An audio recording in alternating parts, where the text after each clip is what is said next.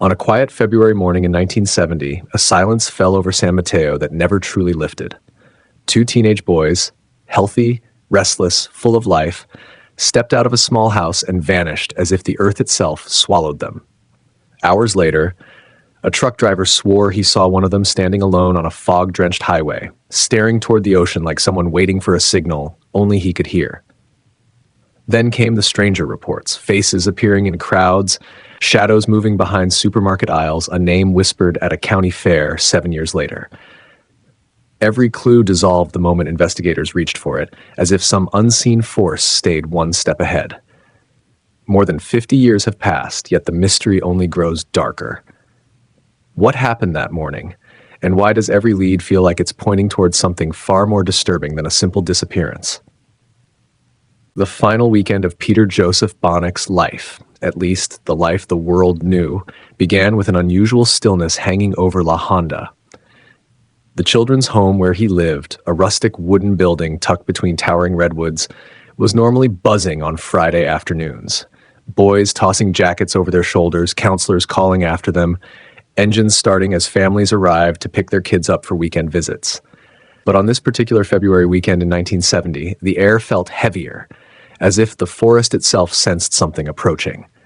Something it could not stop. Peter stood near the entrance, hands buried in the pockets of a beige jacket, waiting for the counselor to check off his release form.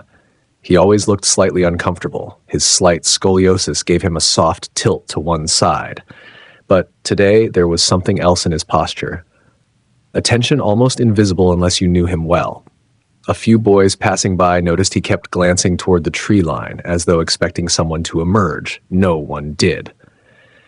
He told the counselor he would spend the weekend at the small house on Ginniver Street, as usual. Nothing unusual, nothing alarming. But later, the counselor would admit that Peter's eyes had a strange brightness that day. Something restless, or maybe something fearful. At the time, she brushed it off. Teenagers were mysteries on good days. The drive to San Mateo passed quietly. The radio hummed soft rock, the driver didn't talk much, and Peter sat staring out the window at the blur of redwoods giving way to open fields. By the time the car pulled up to the house, the sun was beginning to dip behind the hills, leaving long shadows crawling across the neighborhood. Richard Lamson had been waiting on the porch, hands stuffed into his jeans, bouncing slightly as if burning with energy. The two had known each other for months, close enough to trust one another, distant enough that others couldn't quite define their relationship. Some said they were friends. Others whispered that Richard had a way of pulling people into trouble. But whatever the truth, that night, they seemed inseparable. Neighbors later remembered hearing the front door slam once, then twice, as the boys moved in and out of the house, talking in low voices, looking over their shoulders for reasons no one could explain. Inside the house, the atmosphere was similarly off. Peter hardly touched dinner. Richard spent long stretches staring at the window. When Peter finally spoke, his words were quiet. "It's just 2 days. Then I go back." But something in the tone suggested he didn't want to, or that he feared something waiting for him there. The following morning, before the rest of the neighborhood was awake, Peter and Richard stepped out onto the cold pavement. No one knows what they said to each other. No one knows whether they planned to return. What is known is that they turned right, walked down the street, and vanished into the early fog. From this point on, the timeline fractures into fragments of memory and uncertain testimony. A neighbor watering her garden believed she saw them heading toward the bus stop, laughing quietly, but she couldn't be sure. The fog was dense, and her view was obstructed. Another man claimed he saw two silhouettes near the convenience store on 25th Avenue around 8 a.m., but couldn't identify them clearly. Yet, from the moment they disappeared from Ginniver Street, something seemed to shift, as if their departure had triggered a chain of events nobody recognized at the time. Hours later, the first true sighting occurred, if it was a sighting at all. A truck driver heading westbound on Highway 92 swore he saw a teenage boy standing on the shoulder, thumb extended slightly, eyes fixed on the disappearing coastline. He said the boy had light, sandy hair and looked like he was waiting for someone specific, not just any driver. The driver didn't stop. He had stopped once years earlier for a hitchhiker, and regretted it deeply. But for reasons he couldn't explain, the image of the boy lingered with him all day. If the boy was Peter, Richard was nowhere in sight. This detail puzzled investigators later. The boys had left together. Why would one be alone on a dangerous highway? Were they separated? Did they argue? Or did something or someone cause the separation? Back in San Mateo, no one realized anything was wrong. Not yet. Peter wasn't required to check in. Richard wasn't expected anywhere. The morning passed quietly, but by late afternoon, the sense of unease crept into the house on Ginniver Street. A friend of the family recalled that Richard's mother walked from room to room, frowning, as though noticing an absence she could not name. She eventually checked the boys' shared room. Their jackets were gone, their shoes were gone. But something bothered her. The window had been left slightly open, even though it had been closed the night before. She stepped closer, noticing a thin line of dirt on the sill, as though someone had climbed in or out. But she brushed it away, deciding the boys must have opened the window themselves. By evening, the families made phone calls. No one had seen them. No one knew where they went. Some assumed the boys were simply out late. Teenagers rebel, they said. They wander. They push boundaries. But as night fell and neither returned, worry began to replace excuses. Investigators would later examine the house and discover something strange. In a drawer, under a stack of shirts, they found a folded piece of paper with a crude map drawn in pencil. It outlined a path from San Mateo to an area near the Half Moon Bay coast, with a circle drawn around a patch of forest. No names, no explanation, just a circle drawn darkly enough that it nearly tore the paper. Forensics confirmed nothing. No fingerprints except Peter's and Richard's. No context. Meanwhile, Highway 92 grew colder and darker. Though traffic remained sparse, there were drivers who recalled seeing shapes on the roadside or silhouettes near the tree line, but most couldn't distinguish anything through the thick coastal fog. One driver, a woman heading eastbound towards San Mateo, remembered something that haunted investigators. She saw what appeared to be two figures standing close together near a turnout. She initially thought it was a couple arguing. By the time she passed and glanced in the side mirror, only one figure remained. She didn't stop. It was the 1970s. People didn't stop for strangers on empty roads after sundown. Investigators later considered this sighting one of the most important pieces of the puzzle, but the woman was unable to describe the figures clearly.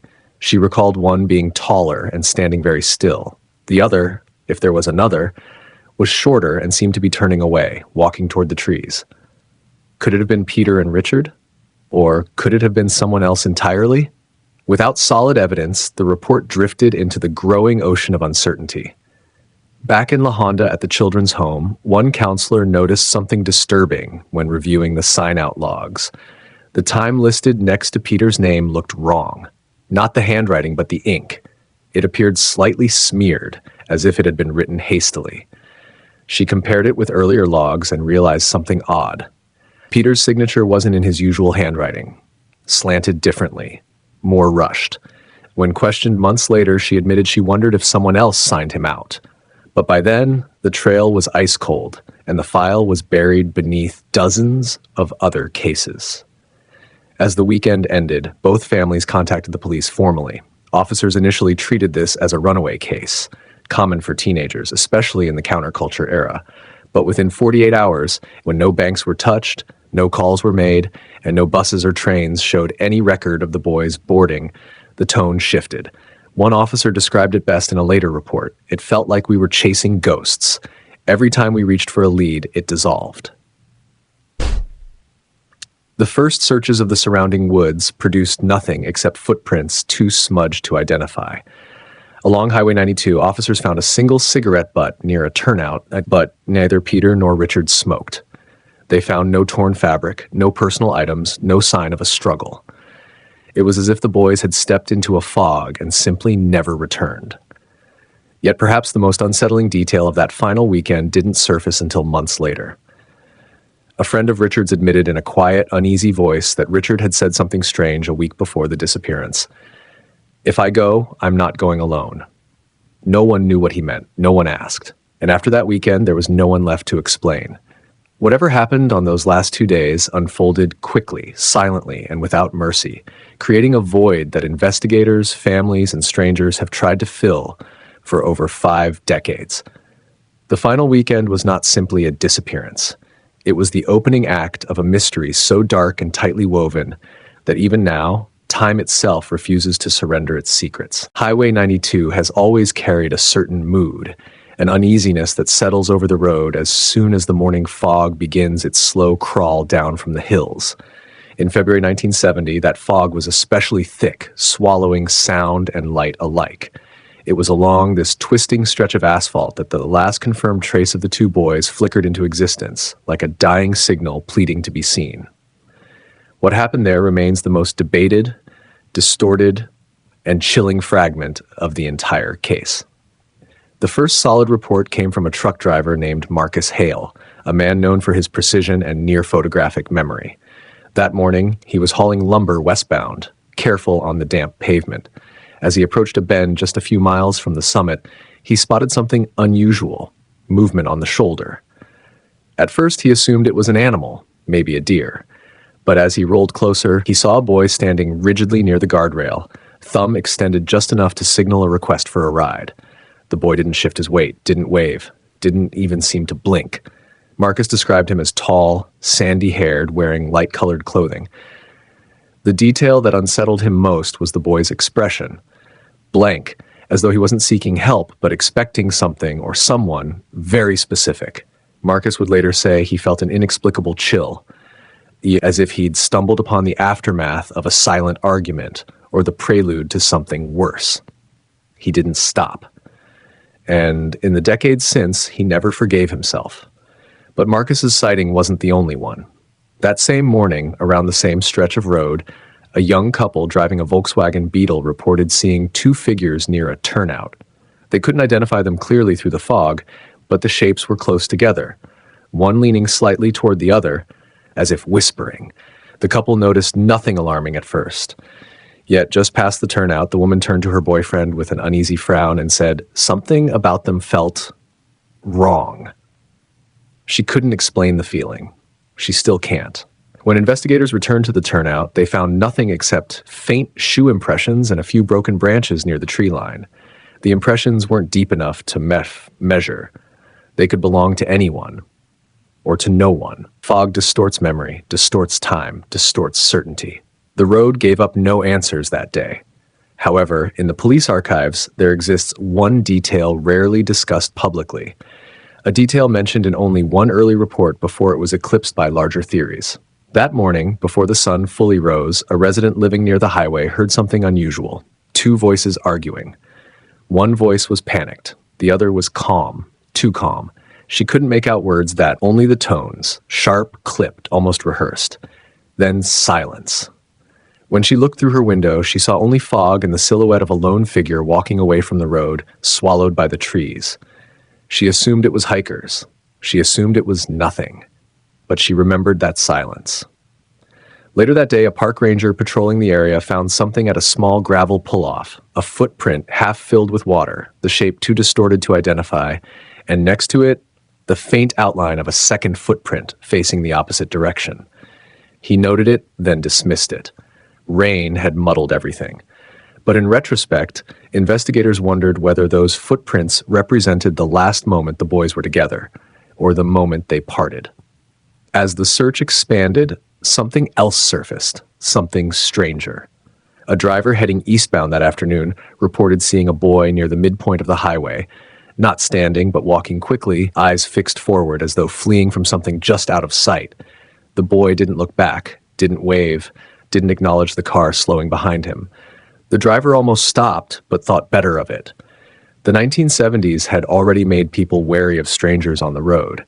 But what lingered with him was the boy's posture, stiff, tense, defensive, like someone prepared to run at the slightest sound. If the boy was Peter, he was alone. If the boy was Richard, he was terrified. Then came the oddest account of all, one that investigators initially dismissed as unreliable, but later reconsidered. A hiker claimed he saw 2 boys near a trail entrance around noon, crouched beside a fallen log, appearing to study something in the dirt. When he approached to ask if they needed help, one of the boys stood abruptly and whispered something to the other.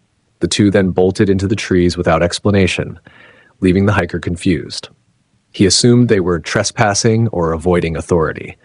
When shown photos months later, he hesitated before pointing a slow, trembling finger toward Peter's picture.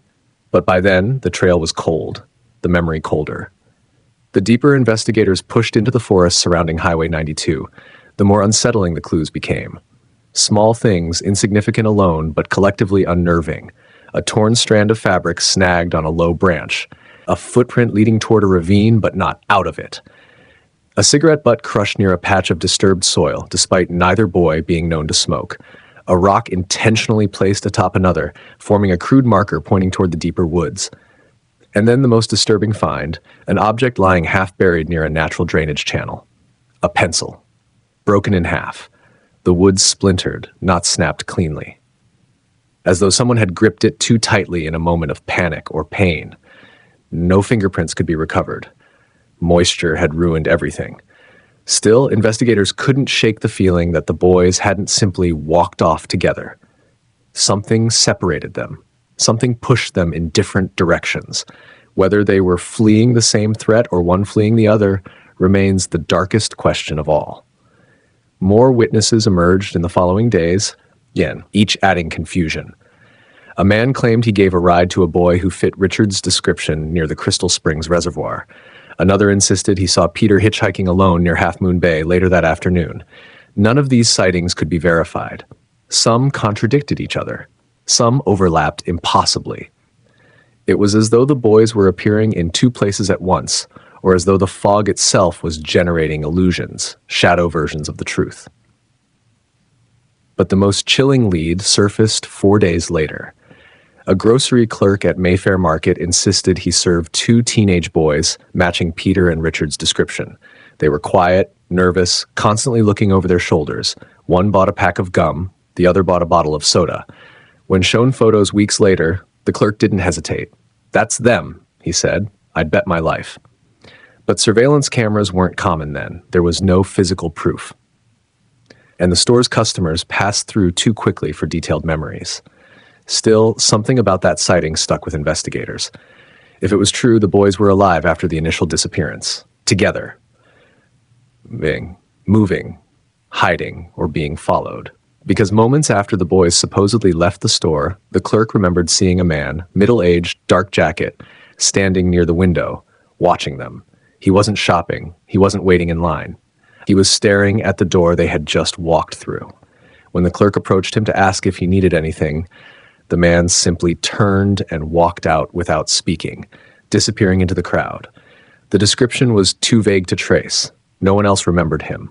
But the detail never left the case files. The fog that day didn't just cover Highway 92. It covered the truth, wrapping the final steps of two boys in a shroud that refused to lift. Every piece of evidence seemed to contradict the next. Every sighting felt like either a clue or a trick of memory. The road, the witnesses, the forest, even the weather conspired to blur the timeline into something jagged, fragmented, and impossible to pin down. And yet, investigators believed one thing with absolute certainty. Whatever happened to Peter and Richard, the fog wasn't hiding the answers by accident. It was hiding something no one was meant to see. They left behind nothing but questions.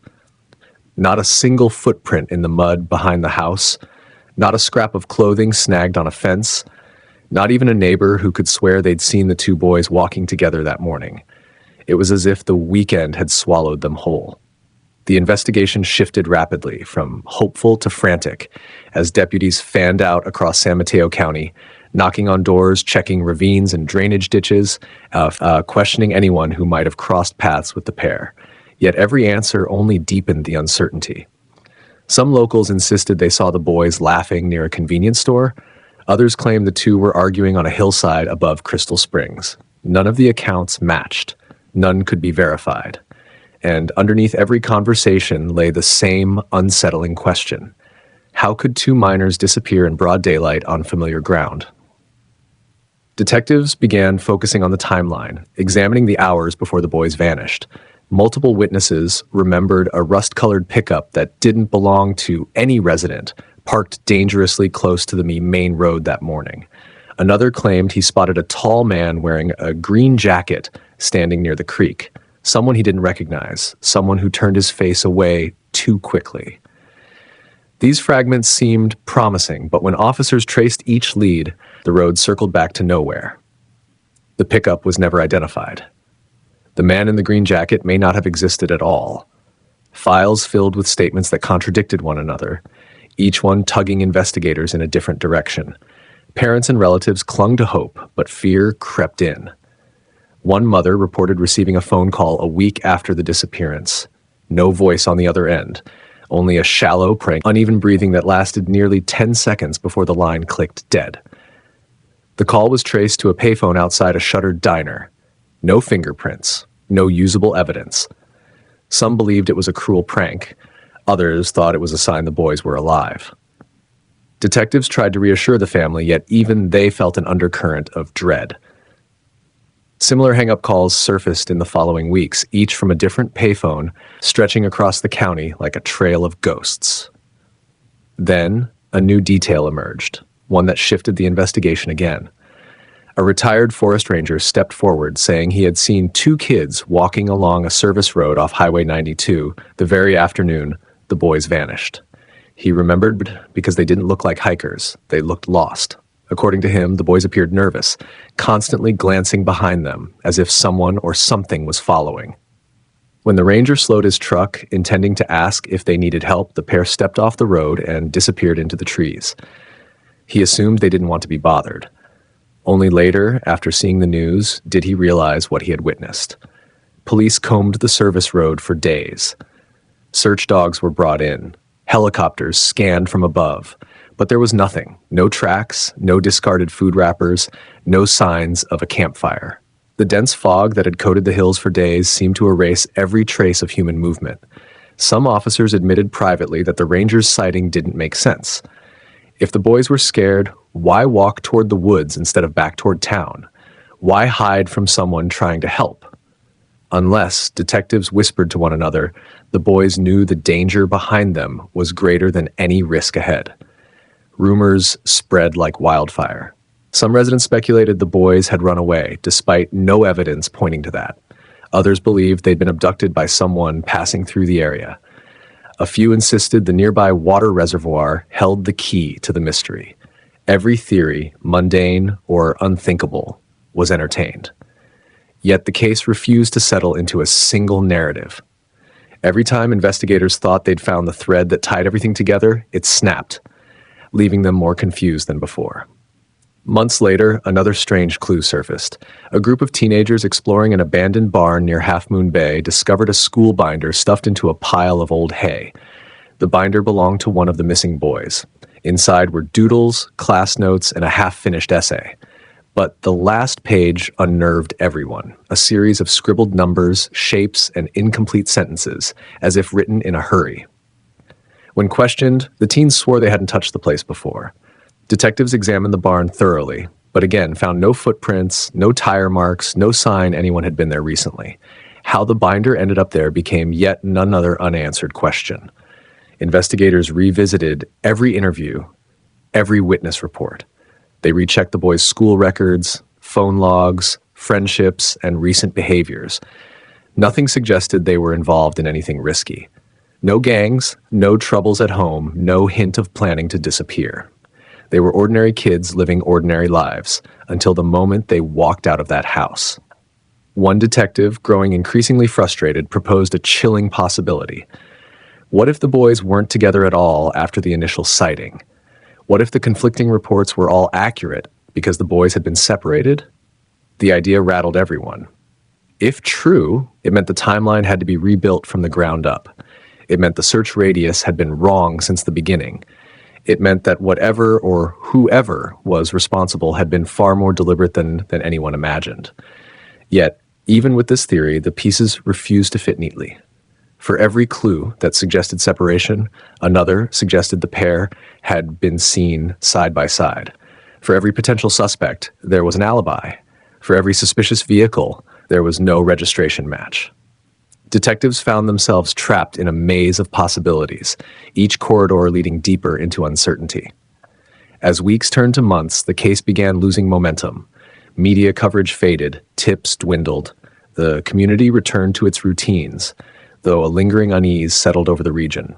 Parents kept children closer. Strangers were watched more carefully. The woods near Highway 92 grew a reputation. Quiet during the day, unnerving after sunset. Yet even as the trail cooled, one detail continued to haunt investigators. The ranger had been adamant that the boys were looking over their shoulders. That single gesture, fearful, deliberate, unmistakable, lodged itself in the minds of the few detectives still clinging to the case. If the boys were afraid, someone or something had given them a reason.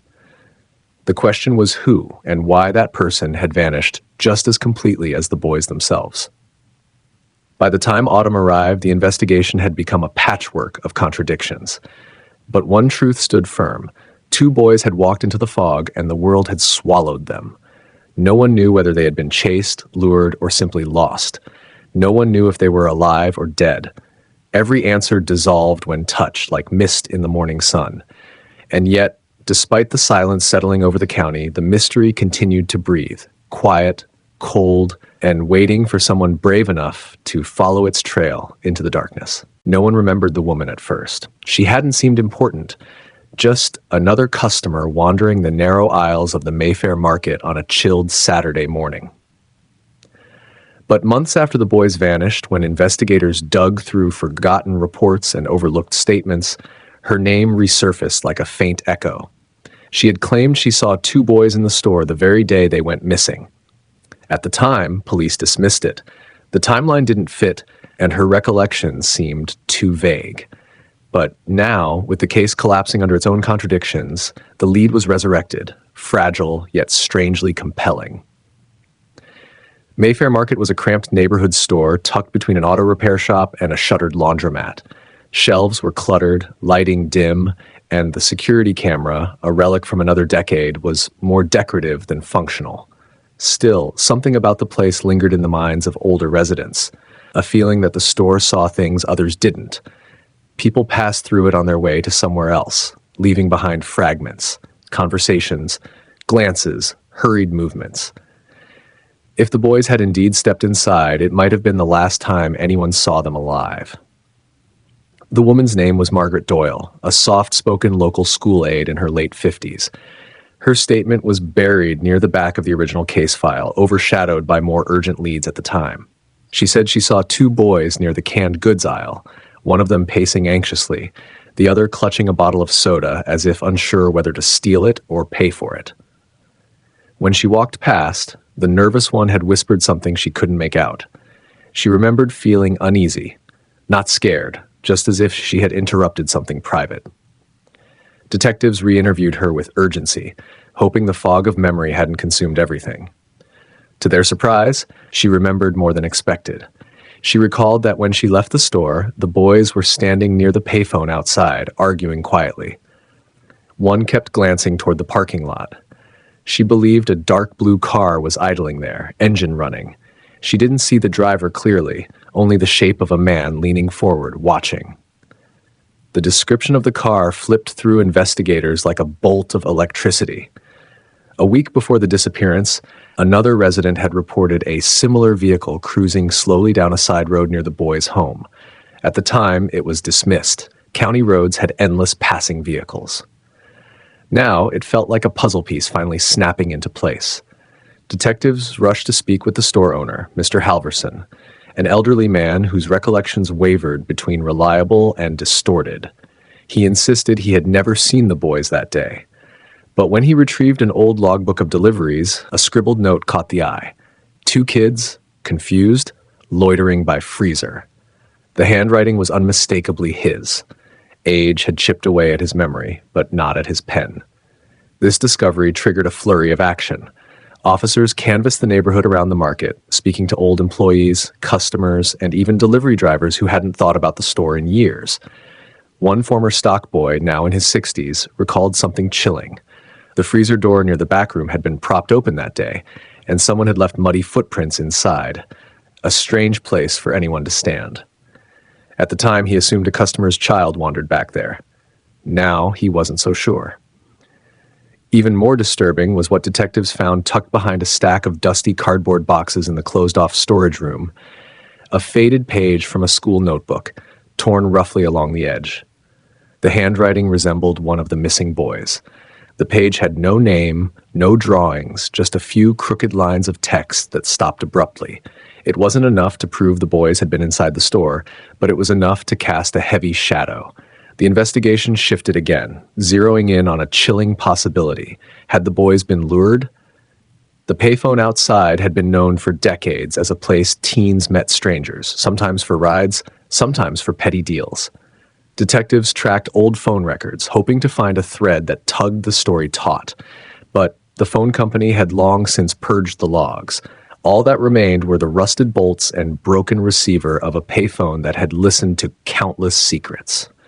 Then came another unexpected breakthrough. A former cashier, now living 2 towns away, contacted detectives after hearing renewed talk of the case. She remembered a man coming into the store that same morning, asking if anyone had seen 2 kids around. He described them in eerie detail, the jackets they wore, the way one of them limped slightly from a recent sports injury. His tone wasn't frantic, she said, but urgent in a way she couldn't quite explain. When she asked who he was, he simply replied, "A friend of the family," and left before she could ask more. No one in either family knew such a man. Sketch artists tried recreating his face based on the cashier's recollection. The result was a generic-looking man in his 30s with sharp cheekbones and deep-set eyes. But something bothered the detectives. This man hadn't simply wandered into the store. He had been searching. Purposefully, quietly, and possibly ahead of the police. A theory emerged, one that investigators at the time never dared verbalize. What if the boys had tried to escape someone? What if Mayfair Market had been a desperate stop along the way, a fleeting attempt to call for help, or hide, or buy time? The open freezer door, the torn notebook page, the pacing boy, the whispering, they all took on new meaning. Yet even as the evidence grew, each discovery opened another hole. The blue car was never found. The mysterious man vanished without a trace. Surveillance records hadn't survived, witnesses were aging, their memories blurring at the edges. Every step forward seemed to slide sideways into deeper uncertainty. Detectives brought in criminal profilers, hoping for insight. One profiler suggested the boys might have been approached by someone they initially trusted, perhaps a man posing as an authority figure. Another believed the boys may have split up inside the store, one trying to call for help while the other kept watch. A third offered a darker interpretation, that the boys sensed danger but didn't know how to articulate it, leaving behind signs of panic too subtle for bystanders to recognize at the time. Then came the discovery that shook everything. A set of fingerprints lifted from the freezer door. At first, no one dared hope. They expected smudges, degraded prints, something useless. But against all odds, one print was clear enough to analyze. The partial matched none of the employees, none of the regular customers, and none of the boys. It belonged to an unidentified adult male. The print was run through every available database. No match. The man was either dead, living under a new identity, or had never been caught for anything in his life. But the presence of that print, hidden in the cold metal of the freezer door, confirmed what detectives had whispered for years. Someone else had been inside the market with them. The final twist came from an unexpected source, a former truck driver who claimed he saw 2 boys running behind the Mayfair Market that same morning, heading toward an old service alley. He remembered because one of them kept looking back, scared, as if chased. The man had assumed they were shoplifters. He didn't, but now, decades later, his voice trembled with regret as he spoke. The alley behind Mayfair Market connected to a narrow, rarely used maintenance road leading into the wooded hills. It was a hidden path known only to locals and delivery workers. If the boys had taken that route, whether running from someone or being forced down it, they could have vanished from sight in less than a minute.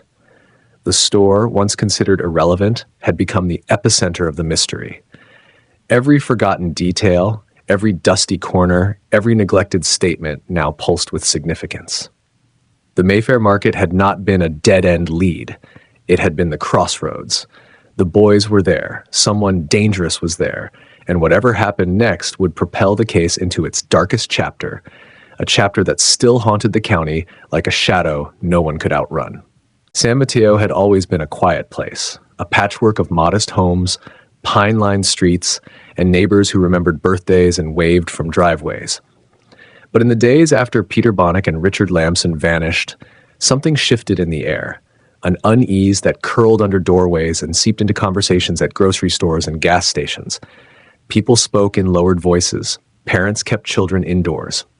Every unfamiliar car parked too long at a curb was treated like a threat. It was as if the town itself was holding its breath, waiting for something, anything, to explain the sudden disappearance of two boys who had walked into a weekend and never returned. Police cars drifted slowly through neighborhoods, their lights off but engines running, while officers went door to door asking the same questions over and over. Did you see two teenagers? Did you hear anything unusual? Did anyone knock on your door Saturday morning? Each negative answer added another weight to the growing fear. The boys hadn't simply gotten lost. Something else had happened, something the town wasn't prepared to face. Local newspapers seized the story and stretched it across their front pages in stark black lettering. 2 San Mateo boys missing. Foul play not ruled out. Beneath the headline were the high school photos of Peter and Richard, their faces frozen in time. One smiling awkwardly at the camera, the other with a slightly tilted grin, the kind a teenager gives when unsure whether to look serious or relaxed. The images, once routine school portraits, became symbols of the unknown, reminders of what was missing and what might never be found. As days passed without leads, rumors began to fill the vacuum left by the lack of answers. Some whispered about a stranger seen near the boys' homes earlier that week. Others swore they heard shouting in the early hours, though no two accounts matched. A few pointed fingers at the children's home in La Honda, suggesting the boys might have run away from trouble or toward it. And in the background, beneath the murmur of speculation, was a darker fear that someone in the community might know more than they were admitting. Detectives worked through a maze of conflicting statements. A neighbor insisted she saw the boys walking east toward the park. Another claimed they were heading west toward the bus stop. A man who lived 2 streets over said he heard a car accelerating sharply at the exact hour they vanished. But when questioned further, he changed his story. The detectives listed every detail, every version of events, even when the accounts contradicted one another. In cases like this, truth often hid between the lines of fractured memory.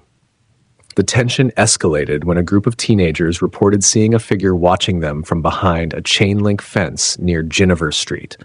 They described the man as tall and motionless, his face obscured by shadows. When they approached, he vanished. Police searched the area and found nothing but a discarded cigarette and a torn piece of flannel fabric caught on the fence. Whether it belonged to the mysterious figure or was merely debris, no one could say. But the story spread fast, adding fuel to the community's paranoia. Parents formed informal patrol groups, walking their streets with flashlights and makeshift radios. At night, windows glowed blue from televisions broadcasting news updates. Every home, it seemed, became a temporary command post. Faces that once smiled at each other across lawns now looked with suspicion. Who had been near the boys that day? Who might be lying? The quiet little town was turning inward, each family tightening its circle, each resident questioning the intentions of the next. The police station was overwhelmed. Tips flooded in, some helpful, most useless. A woman claimed she saw the boys boarding a boat at the marina. A man said he spotted them near a ranch in the hills. Someone else insisted the boys had been taken by a traveling carnival that passed through town weeks earlier. Officers chased each lead, driving miles through winding roads and backtracking over familiar routes, only to find themselves returning empty-handed. Yet each dead end sharpened their determination. If the boys had left footprints somewhere, the detectives would find them. Then came a strange detail from a local bus driver. He recalled stopping at a traffic light near the Mayfair Market and seeing 2 boys who looked like Peter and Richard standing near the payphone. They seemed nervous, glancing toward the road as if waiting for someone. But what struck him wasn't their presence. It was the car beside them, A dark blue sedan idled near the curb, its driver staring straight ahead, unmoving. The boys didn't appear to know him, yet their eyes flicked toward the car repeatedly. The driver described the scene as unnatural, though he couldn't say why. When the light changed, he continued on his route, the boys slipping into memory until the news broke days later. The timing matched Margaret Doyle's account. It wasn't proof, but it was enough to raise suspicion. Detectives traced every dark blue sedan registered in the county. Most belonged to elderly residents or families with no connection to the case. One belonged to a mechanic with a spotless record, another to a delivery worker who was out of town that weekend. Yet one car, a 1967 Chevrolet Impala, stood out. It was registered to a man named Charles Wenford, a reclusive resident known for keeping to himself. He lived on the outskirts of San Mateo in a dilapidated house half hidden by overgrown brush. Neighbors described him as strange but harmless. He rarely spoke, worked odd jobs, and often drove long distances at unusual hours. The car matched the description. So did the silence. Detectives visited his home. Wenford answered the door wearing a heavy jacket despite the mild weather. His eyes darted restlessly as he answered their questions. He claimed he'd been visiting relatives on the day the boys vanished, but when pressed for details, he hesitated. The detectives noted his unease, the tremor in his hands, the way he glanced repeatedly toward his garage. A search of the property revealed nothing suspicious, yet the detectives left with a nagging feeling. Sometimes it wasn't evidence that unsettled them. It was instinct. While police pursued suspects, the social fabric of San Mateo stretched thin. At grocery stores, checkout lines buzzed with speculation. At church, sermons referenced darkness in our midst. Even schools shifted into high alert, with teachers walking students to classrooms and locking doors during recess. What began as worry had grown into collective fear. The breaking point came when a group of residents claimed to see two figures running in the distance near the wooded hills at dusk. Convinced the boys were alive, a crowd swarmed the area with flashlights and lanterns, calling their names into the night. The hills echoed back with chilling emptiness. Deputies had to disperse the crowd to prevent anyone from getting hurt. The scene made the front page of the newspaper the next morning, under the headline, "San Mateo in Turmoil. Search continues." As public pressure intensified, detectives released a statement urging calm. But calm was the one thing the town no longer possessed. Every new clue reignited panic. Every lack of progress deepened dread. And then, in the midst of the chaos, an unexpected event rattled the investigation further. Someone reported seeing a boy matching Peter's description at a fair in a neighboring county. He was older, maybe 17 or 18, and accompanied by an unidentified man. The witness insisted it was him. The boy had a distinctive shoulder tilt, a subtle hint of scoliosis that matched Peter's known condition. The report sent the town into a frenzy. Detectives rushed to the fairgrounds, but the witness had seen the pair days earlier. No surveillance footage survived. Carnivals traveled light, leaving little behind. Still, the account breathed new life into the case. If true, it meant the boys hadn't died immediately. They had been alive months later, and someone was moving them. But who and why? The mystery pressed down on San Mateo like a storm cloud, threatening to break at any moment. The town wasn't just frightened, it was unraveling. Residents slept with porch lights on and locked doors twice. Conversations turned into arguments. Everyone wanted answers, and no one had any. The missing boys were no longer just a case. They were a wound in the community, raw and pulsing, refusing to heal. As days turned to weeks, detectives found themselves chasing shadows across a landscape warped by fear. Each new lead flickered with promise before dimming into uncertainty. And beneath it all, one chilling question lingered. If the boys were alive after they vanished, where had they been taken, and how close to home had the danger truly been? The children's home in La Honda sat tucked between towering redwoods, its wooden buildings weathered by decades of fog, rain, and the quiet tragedies no one spoke about. From the outside, it looked peaceful, almost idyllic, a place where troubled kids could find structure, routine, and maybe even a second chance. But anyone who had lived there knew the truth. The home carried its own darkness, a heaviness that clung to the hallways long after the sun dipped behind the hills. And as detectives turned their attention toward the institution where Peter Bonick had spent most of his adolescence, they began uncovering threads that twisted the case into an even more unsettling shape. The first visit to the home yielded polite cooperation.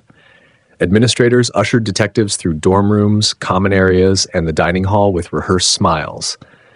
They described Peter as a quiet kid, somewhat withdrawn but respectful. They spoke of Richard the same way, though he hadn't lived there. The staff insisted there were no conflicts, no enemies, nothing unusual in Peter's behavior leading up to the weekend he vanished. But the longer detectives walked the halls, the more they sensed something was being kept from them, not through lies, but through omissions, a carefully curated version of truth. Former residents painted a different picture. Some described strict rules, unpredictable punishments, and a revolving door of staff members whose backgrounds were never fully explained. Others recalled arguments, fights, or kids disappearing for a few days before returning with bruises they couldn't explain. Yet when detectives asked for specifics, memories blurred, timelines fractured, and details dissolved. Trauma had a way of fogging the past, and LaHonda had plenty of both. One girl, now in her 20s, described Peter as someone who avoided confrontation but held an uncanny ability to sense when trouble was brewing. He could read people, she said. He knew when someone was lying. He knew when someone was angry, even if they smiled. It scared him sometimes. When asked whether Peter feared someone at the home, she hesitated, staring at her hands as though trying to remember whether the fear she recalled belonged to him or to herself. Eventually she whispered, "There was someone who made everyone nervous, not staff. A visitor. I saw him talking to Peter once." Her statement sent a tremor through the investigation. Visitors to the home were documented, logged, and checked. Or at least they were supposed to be. Detectives requested every visitor's list from the months before Peter disappeared. What they received was incomplete. Entire weeks were missing entries. Names that should have appeared, like certain social workers and county liaisons, weren't there. When detectives asked the administrator, he blamed clerical errors, staff turnover, outdated filing systems. But none of the excuses felt convincing. A deeper look revealed a disturbing pattern.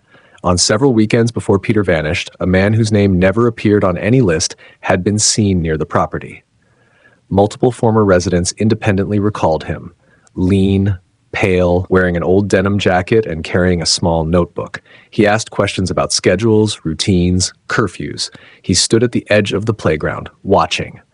Some kids assumed he was a volunteer or a therapist. Staff allegedly dismissed him as a visiting relative. But no one could provide a name. One former staff member remembered him differently. He described the man as too curious, too observant, someone who asked questions that made the workers uncomfortable. The staffer recalled seeing him talking to Peter near the storage shed. Peter looked nervous, he said quietly. Not scared exactly, but tense, like he didn't want to be seen with the guy. Detectives pressed for more, but the staffer had resigned shortly after the incident and claimed he didn't know the man's identity. Still, his testimony cracked open the next phase of the case.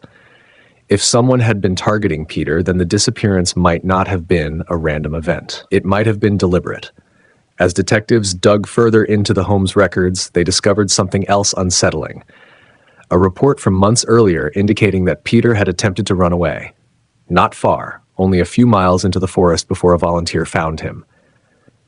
When questioned at the time, Peter offered no explanation. He simply said he needed to leave. The incident had been buried in paperwork and never forwarded to local authorities. More alarming was a second, even more obscure report. Richard, though not a resident, had been seen visiting Peter on at least 3 occasions during supervised hours. They sat under a tree, speaking quietly. No one overheard the conversations, but one counselor recalled Peter's demeanor afterward.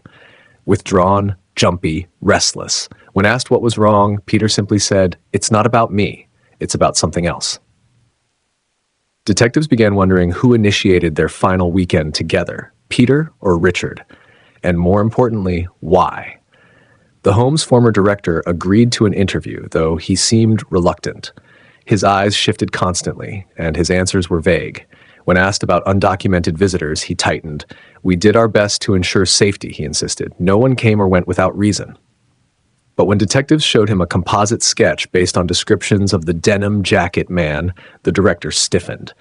His gaze froze on the drawing just a moment too long. Pressed for identification, he claimed he didn't recognize the man. The detectives weren't convinced. Meanwhile, a breakthrough came from an unexpected source. A retired night guard from the home, now living in Oregon, contacted investigators after hearing about the renewed interest in the case. He remembered Peter well, quiet, polite, always reading. But what he remembered most was an incident only days before Peter disappeared. The guard found him in the dining hall after hours, rummaging through a drawer. When confronted, Peter claimed he was looking for a missing assignment. But the guard later discovered that the drawer contained old correspondence, letters between the home and various agencies, including families of former residents. The guard didn't think much of it at the time, but in hindsight, he wondered if Peter had been searching for something else, something he wasn't supposed to see. Detectives returned to the home and requested all archived correspondence. The process took hours. Boxes were pulled from storage, some water damaged, others mislabeled. In one box, date range 1968 to 1971, they found a handful of letters addressed to a family in San Francisco. The letters referenced a boy named Alex who had lived at the home before Peter. Alex vanished in 1969. The case had been dismissed as a runaway and quietly closed. The revelation sent shockwaves through the investigation. 2 missing boys, a year apart, both connected to the same institution, both with incomplete records, undocumented visitors, and staff who seemed eager to forget.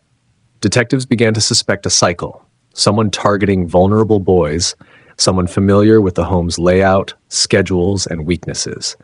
A former resident offered a chilling detail that stitched these suspicions together.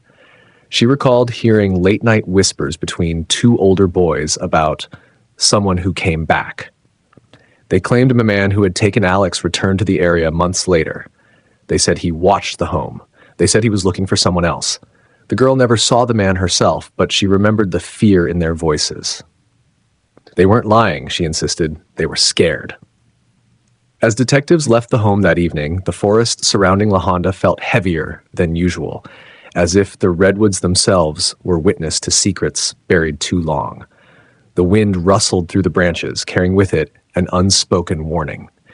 The children's home was no longer just a background detail. It was a central piece of the puzzle, a place where threads of the past and present tangled into something far more sinister.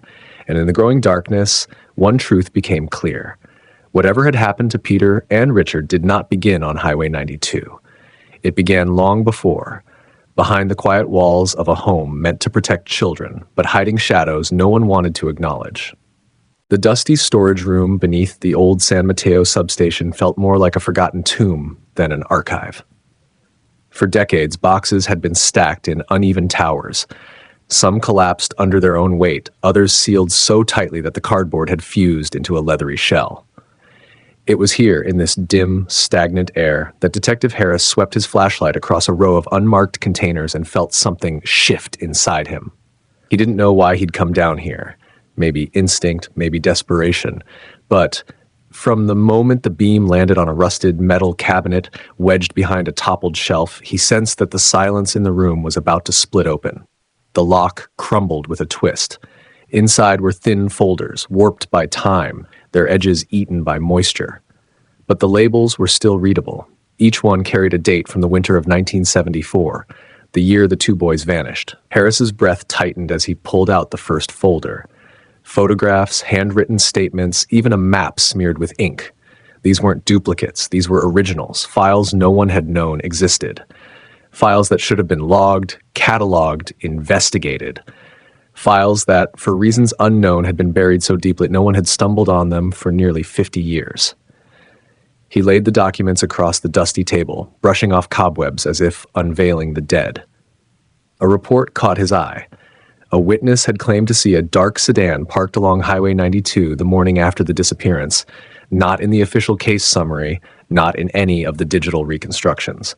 Another page described an anonymous phone call received at the Mayfair Market payphone, the same location tied to the cashier's sighting. None of this had made it into public records. Someone had removed these details from the investigation intentionally, or had stopped them from ever reaching the investigators in the first place. Then Harris found something that made him freeze entirely. A form stamped "Confidential, Children's Home, La Honda," the same children's home the department had abandoned as a lead decades ago, dismissing it as irrelevant.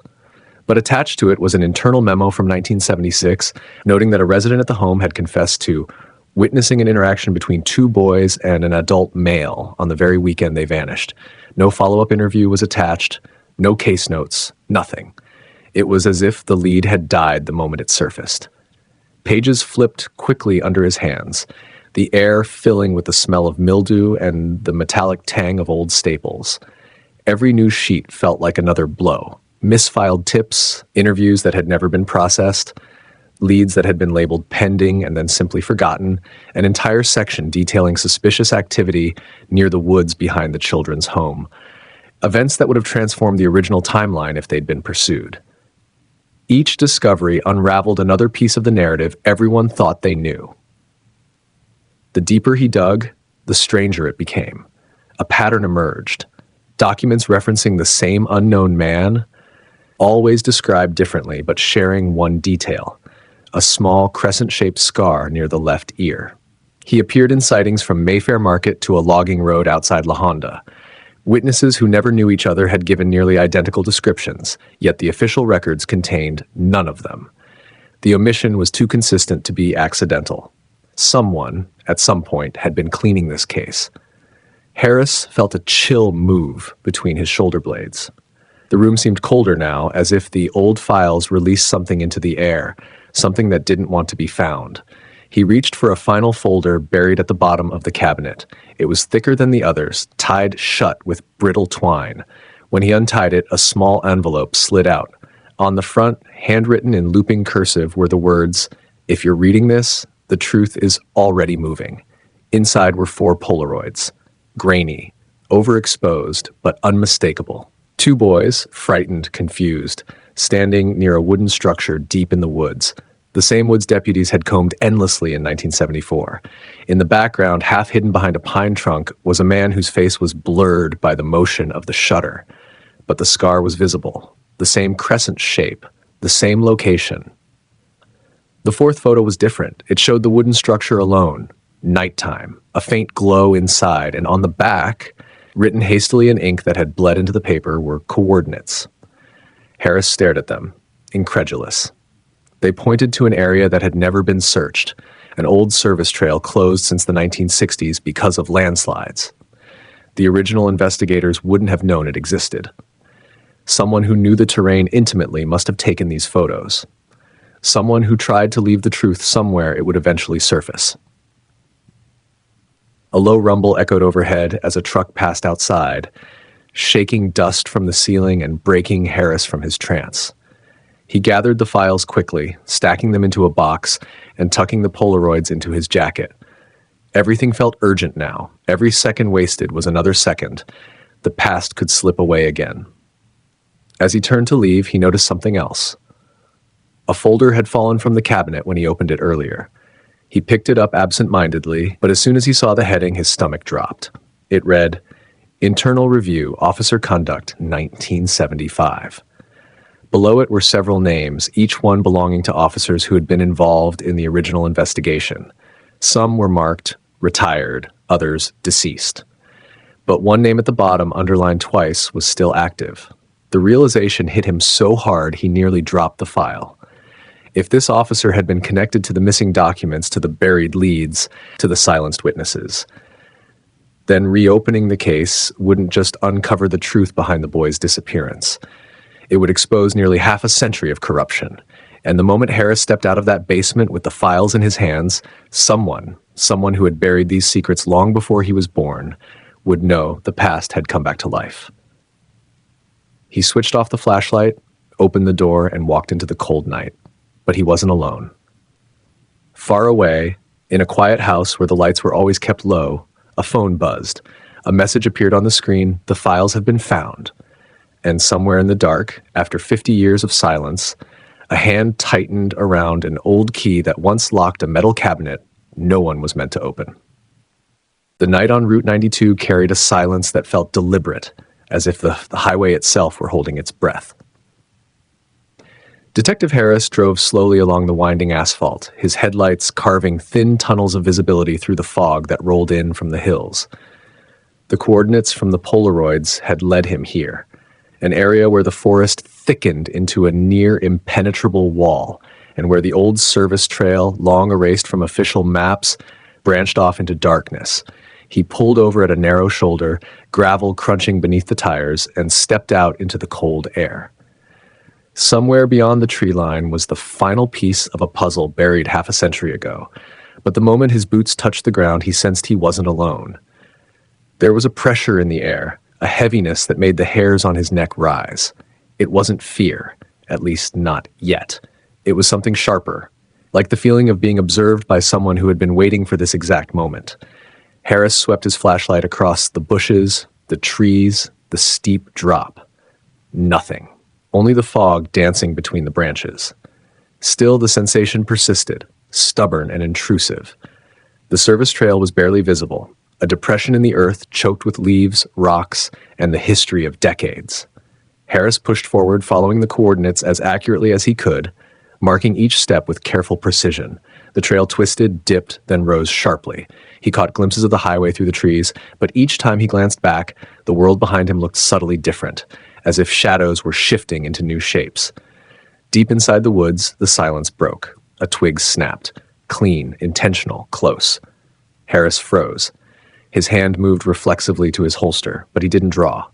Instead, he waited, listening. The fog thickened around him like a shroud. Another snap. This time, farther to the right.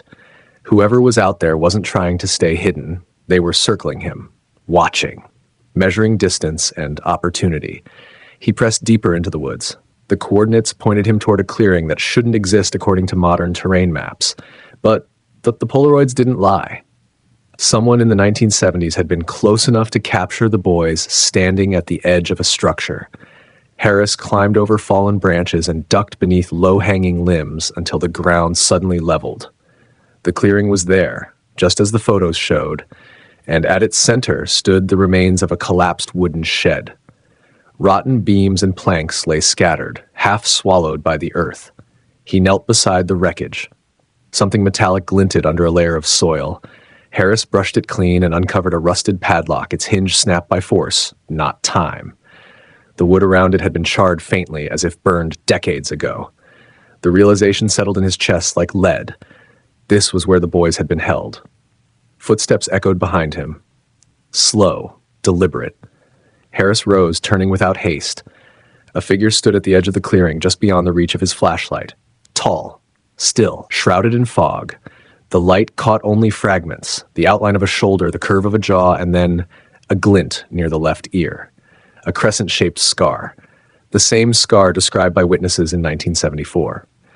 The same man who appeared in the Polaroids. The same shadow who had haunted the case from the beginning. The man did not speak. He tilted his head as if examining Harris with cold curiosity. Then he stepped back into the darkness.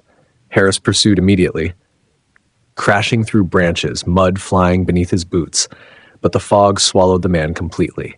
No sound, no snapped twig, nothing. He had vanished. Heart pounding, Harris pushed forward, following any sign he could find. He knew this wasn't an illusion. Someone had been here, someone who remembered everything that had happened on this trail, and someone who had spent 50 years ensuring the truth stayed buried.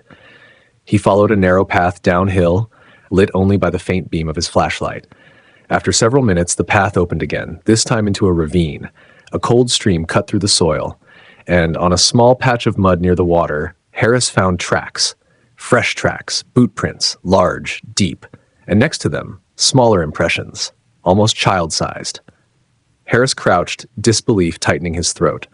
The edges of the prints were crisp, untouched by weather. These weren't old. They were recent. He photographed everything, documenting each print, each direction. The trail veered toward the sound of distant highway traffic. He followed, the woods twisting unpredictably. But as he moved closer to Route 92, a soft, humming noise broke the monotony of the night, a low, mechanical vibration from somewhere ahead. Harris slowed. The humming grew louder, then abruptly stopped. He emerged onto a narrow gravel pullout tucked between turns of the highway. There, idling silently with the headlights off, was a dark sedan, old model, the same type witnesses had described seeing the morning after the boys disappeared. Harris felt the weight of the decades collapse inward as the sedan's door clicked open. The driver stepped out. Not the scarred man, someone else, someone younger, early 50s maybe, tall, wearing a heavy coat. His posture was rigid, controlled, almost rehearsed. He didn't look surprised to see Harris. It was as if he had been expecting him. "You're early," the man said quietly. His voice was flat, almost emotionless. "He said you'd find the trail tomorrow." Harris steadied his tone. "Who?" The man ignored the question. "Turn around. Walk back the way you came. Forget the files. Forget the photos. This isn't your fight." Harris took a step closer. "You were at the ravine." The man's jaw tightened, for the first time a crack in his composure. "You don't understand what you've stirred up." "Then explain it." The man hesitated. A shimmer of conflict flashed in his eyes, fear, regret, something else buried deeper. It wasn't supposed to happen. Not like that. They were supposed to be returned. The words hit Harris harder than expected. Returned. As if the boys had been taken for a purpose. As if someone had planned to give them back. But something had gone horribly wrong. Before he could push further, headlights appeared in the distance. Another vehicle, approaching fast. The man stiffened. "You need to go," he said, voice suddenly sharp. "If he sees you here, it's over." "He?" Harris demanded. "Is it the man with the scar?" But the sedan driver's fear became palpable. He moved quickly, slipping back into his car, shutting the door with trembling urgency. "Leave," he called through the glass. "Now." The approaching vehicle barreled around the curve, its high beams flooding the pullout. Harris shielded his eyes as the sedan peeled away, disappearing into the night. The second vehicle slowed but didn't stop. It crawled forward, headlights lingering on Harris long enough to feel invasive, then accelerated and vanished down the highway. When the darkness returned, the silence felt sharpened. Harris stood alone on Route 92, surrounded by fog, remnants of footsteps, the ruins of a shed, and a shadow who refused to stay hidden. He knew now that the case wasn't just cold, it was alive, moving, adapting, resisting.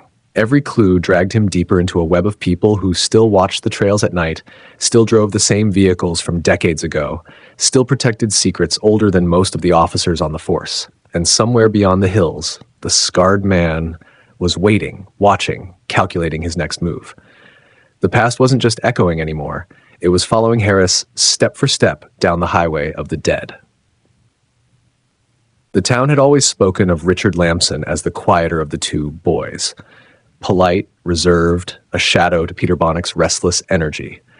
For decades, investigators treated him as a secondary figure, a companion who vanished simply because he had been standing next to the wrong person at the wrong time.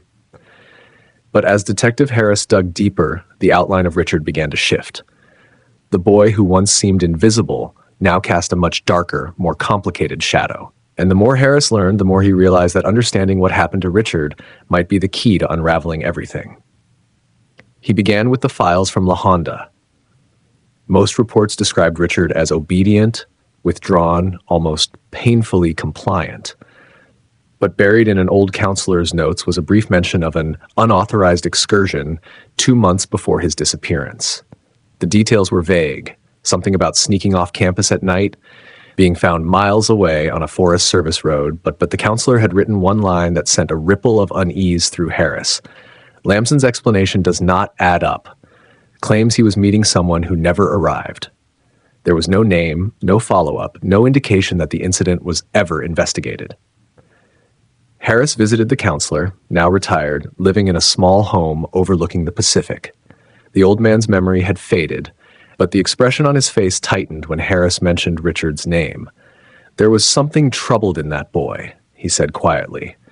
Not dangerous, just conflicted, like he was carrying something too heavy for someone his age. He paused, searching his memory. I remember he told me once he didn't want to go home again, not because of the home, because of someone who waited for him outside of it. Who? Harris asked. I don't know. He wouldn't say. This new thread pulled Harris toward Lamson's life outside the children's home. He tracked down classmates, distant relatives, anyone who might remember Richard. Most described the same boy, quiet, gentle, almost fragile. But one former neighbor, now in her 70s, recalled something different. She remembered a man who used to park near the Lamson home on weekends, a man Richard seemed afraid of. She described him as tall, thin, with a scar near his left ear. Harris's chest tightened. The scar again. The same man who had appeared in the Polaroids. The same man who had stood at the edge of the clearing, studying Harris with silent recognition. The neighbor said she had seen the man following Richard once, just far enough behind to seem coincidental.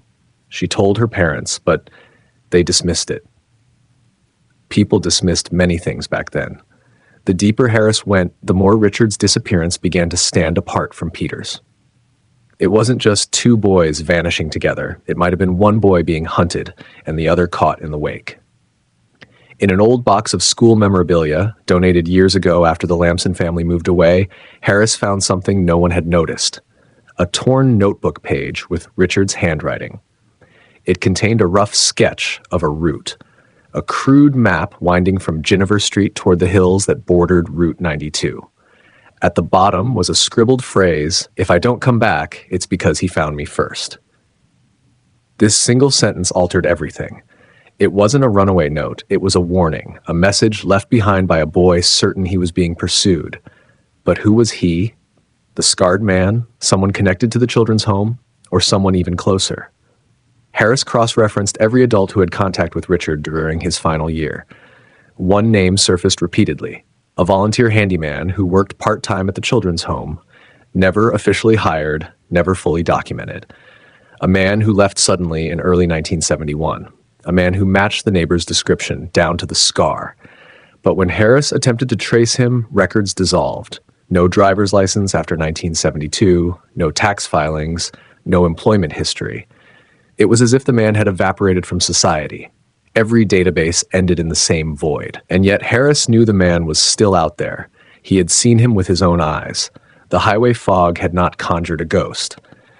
Returning to the missing persons files, Harris noticed a detail that had gone unnoticed for decades. The last confirmed sighting of the boys, a report of them hitchhiking, only mentioned Peter clearly. The witness wasn't sure about the second boy.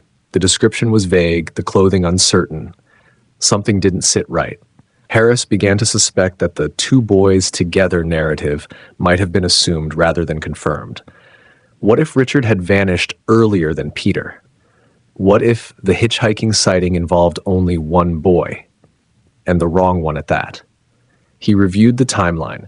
On the morning of February 22nd, a neighbor saw the two boys leave the house at the same time, but no one saw them walking together afterward. No one saw them hitchhiking as a pair. What if they split up early on? What if Richard went to meet someone? What if Peter followed or stumbled into something meant only for Richard? The thought chilled Harris. Everything the public believed about the case, two boys walking into the fog, two boys disappearing side by side, might be wrong. The case files held another overlooked detail: a wallet found near a drainage culvert off Route 92 in 1973. It contained no ID, only a blurred photograph of two boys standing in front of a school building. The report claimed the photo was too damaged for positive identification and was archived. Harris retrieved the evidence envelope. The photograph, though faded and water-stained, still showed two faces. One was unmistakably Richard. The other boy's features were distorted, unrecognizable.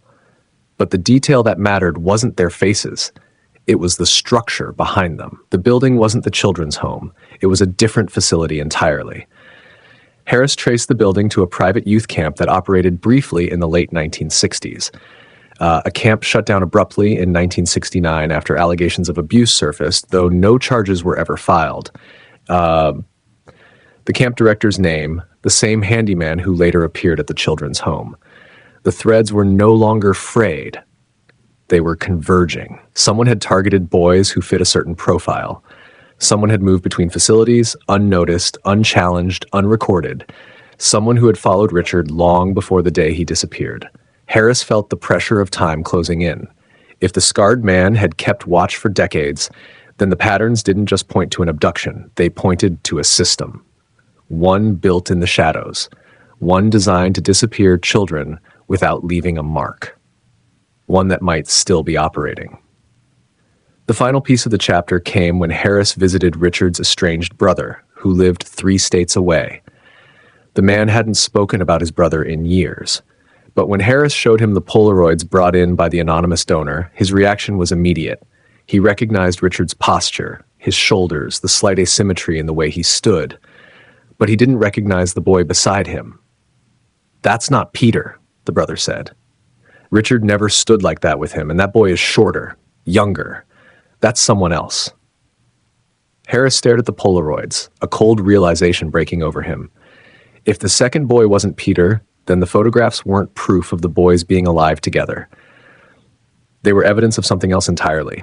Evidence of multiple victims, multiple disappearances, and a predator whose reach stretched far wider than anyone had imagined. Richard Lamson was no longer just a missing boy.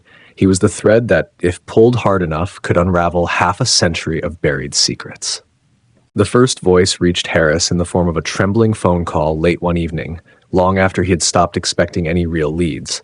It came from a woman in her 60s who refused to give her full name, speaking in a whisper, as if someone might be listening on her end. She claimed she had once lived near the Ginevra Street home where Peter and Richard had last been seen, but her tone wasn't nostalgic. It was fearful, urgent, as though the memory itself had teeth. She said she had been waiting decades for someone to ask the right questions. The moment Harris mentioned the boys, she inhaled sharply, then exhaled like she had been holding that breath for half a lifetime. "I heard something that morning," she said, "something no one wanted to believe when I tried telling them." Her voice trembled. There was a scream. Not loud, but sharp. It came from the woods behind the street. Everyone told me it was probably a fox. But foxes don't call out names. Her words clung to Harris long after the call ended. A scream, a name, a sound swallowed by trees and time. If she was telling the truth, then the timeline was collapsing in on itself again. Maybe the boys never made it to Route 92 together.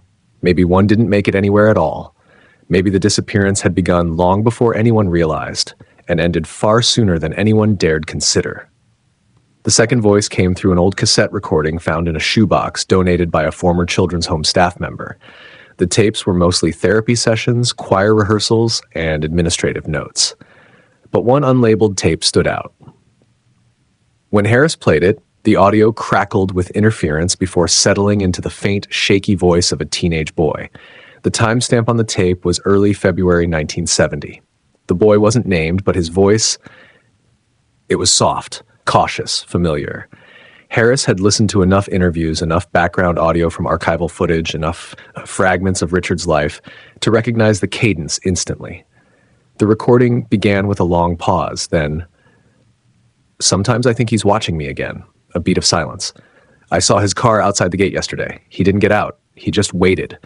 I thought maybe I was imagining it, but then I saw him again this morning. Same car, same spot." The counselor on the tape asked who he was. The boy hesitated. "I don't know his name. He never told me, but he knows mine." The tape went silent for nearly 20 seconds before the boy spoke again, barely audible. "I think he wants me to come with him. I used to think he meant well. I don't think that anymore." Harris froze.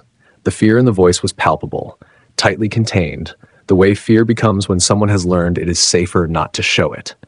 If this truly was Richard, then everything pointed toward a pattern of stalking that had been ignored, dismissed, or poorly documented. And if the scarred man was indeed the same figure from the Polaroids, the same man neighbors had seen, then the threat had been circling long before the boys disappeared. The third voice appeared as a fragment of rumor, one of the many swirling around San Mateo during the early days after the boys vanished. It came from an archived newspaper letter to the editor written by a local teenager who claimed the police were ignoring serious information about a man with a disfigured ear seen talking to young boys behind Mayfair Market. When the letter was printed, the writer received threatening phone calls and quickly retracted the claim. But the damage had been done. People whispered about the scarred man for weeks. Some insisted they had seen him. Others swore he didn't exist. But what struck Harris was the timeline. The letter was dated March 1970, just 2 weeks after Peter and Richard disappeared. If the scarred man really had been seen behind the grocery store during that window, then he might have remained in the area long after the boys were gone. Some predators flee, others linger, returning to the places where their secrets were buried. The fourth voice was unexpected, an inmate confession from a nearby county jail recorded in 1989. The man arrested for burglary rambled incoherently about dozens of crimes he couldn't possibly have committed. But buried in the chaos of his monologue was a chilling statement. Back in '70, 2 boys, the one with the messed up back, I saw him get pushed into a truck. I didn't help. I should have helped. The officers dismissed it. The man had lied about everything from bank robberies he never committed to murders that never occurred.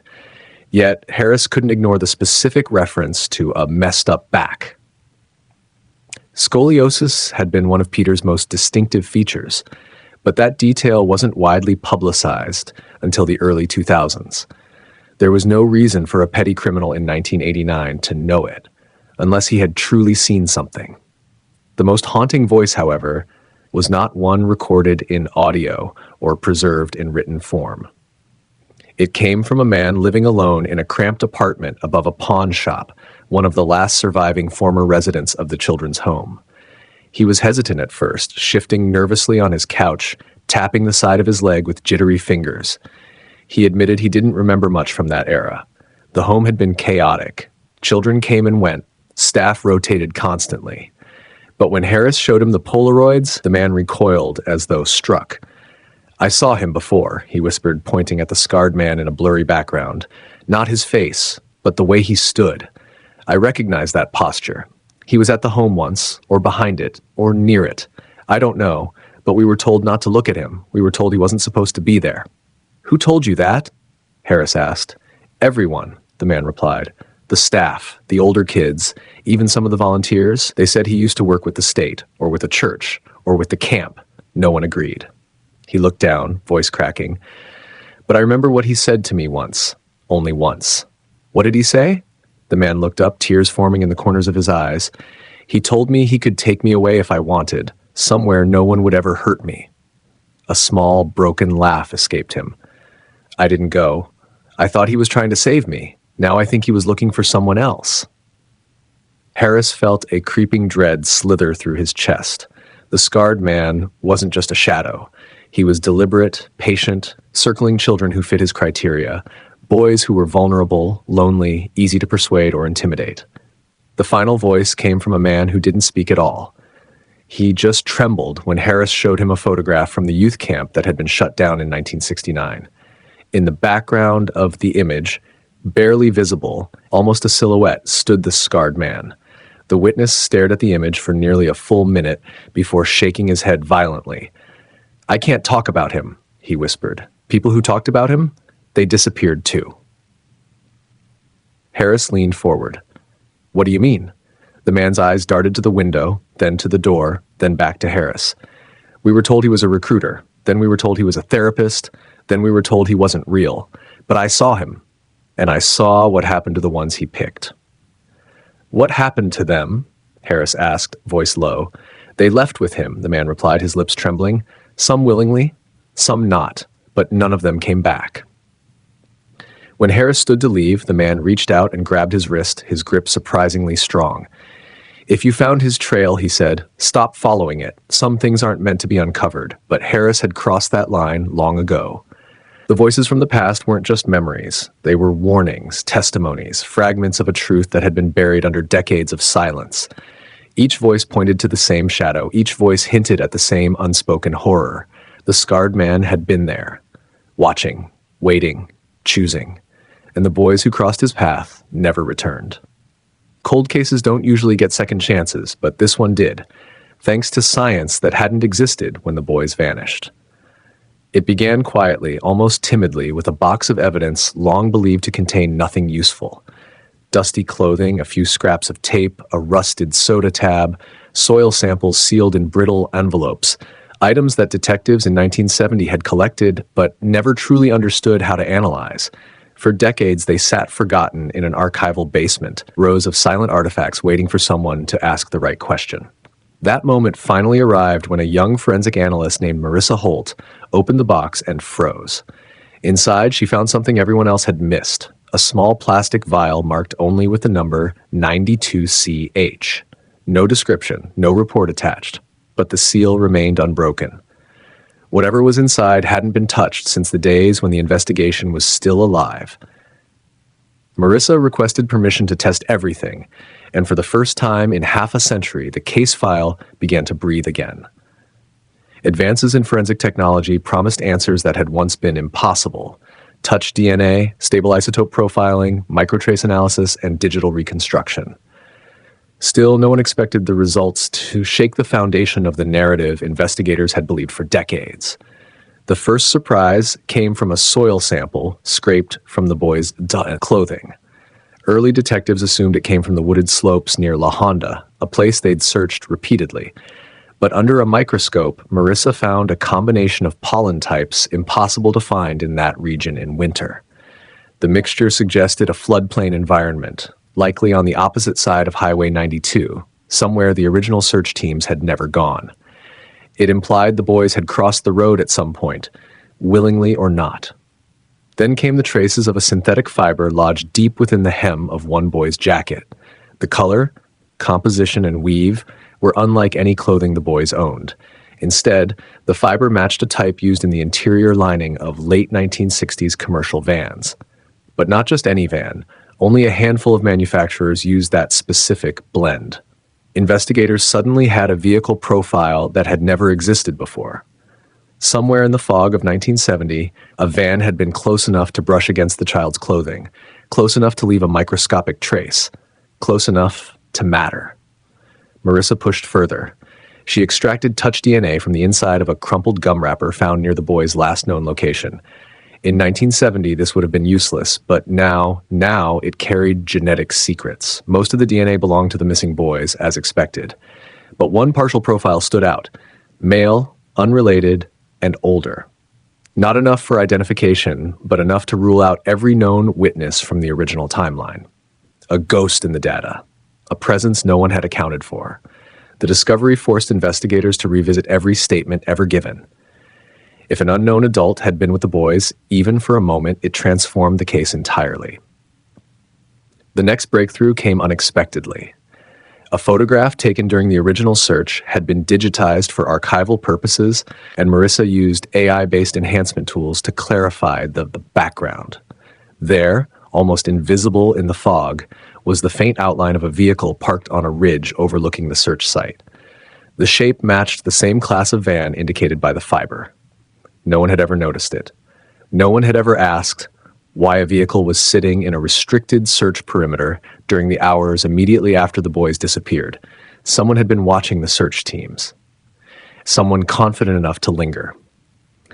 This detail reopened an old rumor that had circulated quietly for years. Whispers that a man had been seen on Route 92 the night after the disappearance, walking alone, clothing muddy, acting strangely. The sighting was dismissed at the time because no one could confirm it. But with the new fiber evidence, the rumor gained weight. The witness who had reported it had died decades earlier, but his daughter still remembered the story he told at their dinner table. There was something wrong with him, like he knew something terrible. Forensic genealogy was the next gamble. Marissa fed the partial DNA profile into a database capable of identifying distant relatives through public genetic records. The hit that came back wasn't a match, but a cluster. 3 individuals in Oregon sharing enough genetic markers to suggest a distant cousin. Investigators traced the family tree backward, year by year, generation by generation, until they found a branch that led to a man who lived in San Mateo County in 1970. A man who had owned a van registered only briefly before selling it under unclear circumstances. A man with a minor criminal record for trespassing and attempted abduction, charges dismissed due to lack of evidence.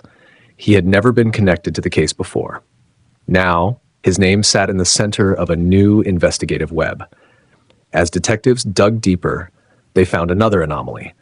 A tape recording preserved from a 1970 interview with a Mayfair Market employee contained background noise, faint, distorted, barely audible. Using modern audio isolation software, analysts extracted what sounded like a voice speaking behind the recorder. The words were unclear, but one phrase repeated, "Check the road." At the time, investigators assumed this was unrelated chatter. Today, the meaning seemed chillingly deliberate. Even more troubling, the man identified through genetic genealogy had once worked near Mayfair Market. If he had been present during the interview, if he had overheard details of the search effort, he might have adjusted his story, manipulated the timeline, or even planted misleading information. Suddenly, the case had a new suspect whose shadow touched multiple parts of the original investigation without anyone noticing. All the evidence, fibers, soil, DNA, enhanced images, genealogy, audio, began converging, forming a shape that was impossible to ignore. The story the town had believed for 50 years was wrong. The boys hadn't simply wandered into the woods. They hadn't been victims of random misfortune. Someone had interacted with them. Someone had steered the events of that night. And that someone had managed to slip through the cracks of an investigation that spanned generations. For the first time, detectives had a cohesive direction. The case was no longer a ghost story. It was a puzzle with real, tangible edges. And as science illuminated what time had tried to bury, one truth became impossible to escape. The answers had always been there, scattered across decades, waiting for the tools capable of revealing them. Now, with every test completed and every anomaly analyzed, the investigation stood on the edge of a discovery powerful enough to change everything. Theories had circled for decades, each one trying to fill the silence left behind by two missing boys and a trail that died in the fog of Highway 92. But now, after months of re-examining overlooked evidence, uncovering files long believed lost, and applying forensic tools that detectives in 1970 could never have imagined, investigators finally felt close enough to the truth to sketch a possible sequence of events. Not a certainty, not a solved case, but a reconstruction built on science, eyewitness fragments, and the dark spaces between them. What happened that weekend was not random. It was not innocent. It moved with intention, with opportunity, and with someone who knew exactly how to vanish. The boys likely left the house that morning expecting nothing more than a short adventure. Perhaps a trip toward the market, perhaps the lure of Highway 92's vast open stretches, or the wooded pullouts where children often played. But something or someone changed their direction. The newly analyzed soil on their clothing indicated they crossed to the floodplain area north of the highway, a place inconsistent with their usual roaming. They hadn't drifted there by accident. They had been led or followed. One possibility, backed by the synthetic fiber found in the hem of one boy's jacket, is that a van stopped near them. Perhaps the driver offered a ride. Perhaps he pretended to know their family. Or maybe he said something that sparked curiosity or concern. Something that made the boys step closer, close enough for that microscopic fiber to transfer. A moment so small it went unnoticed by everyone except the evidence that preserved it. The enhanced photograph taken during the early search added another layer. The van-shaped silhouette on the ridge was not where any search vehicle should have been. Whoever sat inside watched the chaos unfold. It suggests the abductor doubled back, returning to observe whether his actions had been discovered. That behavior aligns disturbingly well with offenders who revisit crime scenes, not out of guilt, but out of a need to maintain control. The gum wrapper with the partial DNA profile hinted at brief contact. The unknown male likely interacted with the boys just before they disappeared. He may have been seen by them at the market or somewhere along the highway. He may have offered something, directions, a treat, a distraction. And the boys, trusting in the casual safety of their community, followed without fear. The most chilling piece comes from the audio analysis of the Mayfair Market interview recording. The phrase, "check the road," spoken faintly behind the official conversation, now appears less like background chatter and more like a calculated suggestion. Whoever said it might have been guiding investigators, intentionally directing them toward or away from certain areas. If the same man was present at the market and later identified through genealogical leads, it raises an unsettling possibility. The suspect was never hiding in the shadows. He was standing among the volunteers, among the concerned neighbors, watching everything unfold. With this new perspective, investigators now believe the boys were taken quickly, within minutes of leaving home. The van's presence near the ridge aligns with a route that bypasses the main search efforts, leading toward a series of abandoned service roads and drainage culverts now long overtaken by vegetation. In 1970, those areas were accessible, unmonitored, and poorly mapped. A determined individual could disappear into them without leaving a trace. What happened next is harder to reconstruct, but the soil evidence reveals they were present near flowing water, possibly the runoff channels that feed the reservoir. That environment could explain why so little physical evidence survived. Organic material washes away, fibers degrade, and small items are carried downstream. If the suspect knew the terrain well, he could have used it to his advantage, ensuring that nature would hide what humans could not find. The genealogical link to the man with a history of attempted abduction cannot be ignored. He had the means, the vehicle, and the proximity. He lived near the boys' route. He frequented the market, and now, decades later, pieces of evidence are aligning around him like magnets pulled toward a single point. Yet, he was never interviewed in depth in 1970. His brief criminal just. His movements that weekend were never verified. He slipped through the cracks because no one saw him as a threat. But perhaps the most haunting revelation is a simple, devastating fact. The suspect moved comfortably among the search teams. Witnesses recalled a man who asked questions, who claimed to know the area well, who offered to help look for the boys. He blended into the panic, into the concern, into the sorrow. That behavior, seen through the lens of modern profiling, that is not unusual. Many offenders return to the scene. Many attempt to involve themselves so they can control the narrative. And if the audio from the market interview truly captured his voice, he may have been steering the investigation away from the truth from the very beginning. The reconstructed timeline now suggests the boys were taken within a tight 3-hour window, abducted, transported, and hidden in a location that has yet to be identified. The suspect's van likely returned to the area later that night, evidenced by the cold, muddied man seen walking near Route 92. That detail, ignored for decades, now fits perfectly into the framework emerging from the forensic evidence. Still, much of the truth remains buried, lost to time, to nature, and to the silence of a man who carried his secrets into the grave. Investigators may never know exactly what happened in those final moments. But for the first time, after 50 years of darkness, they are no longer guessing blindly. The fragments have aligned into a narrative shaped by science, by memory, and by the shadows of a highway that has held its secrets too long. And though the final answers remain out of reach, one thing is undeniable. What happened was no accident, no simple wandering gone wrong. It was deliberate, orchestrated, and carried out by someone who knew how to hide. The truth, once scattered like dust in forgotten boxes, is now closer than ever, just one breakthrough away from being fully revealed.